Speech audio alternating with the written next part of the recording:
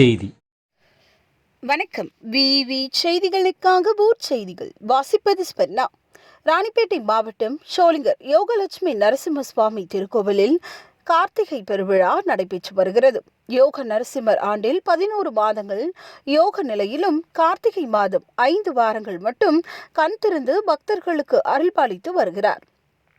இந்நிலையில் கார்த்திகை 2வது ஞாயிற்றுக்கிழமை சுவாமியை தரிசிக்கும் பல்வேறு மாநிலங்களில் இருந்து ஏராளமான பக்தர்கள் வந்து ரோப்காரில் சென்று சுவாமி தரிசனம் செய்து வந்தனர்.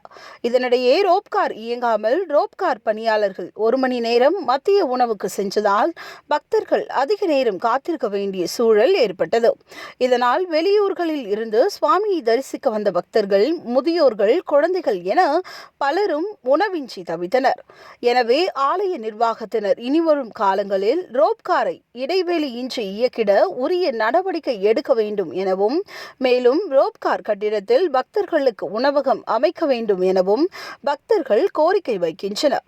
விவி செய்திகளுக்காக விஜய் மற்றும் பாஸ்கர்.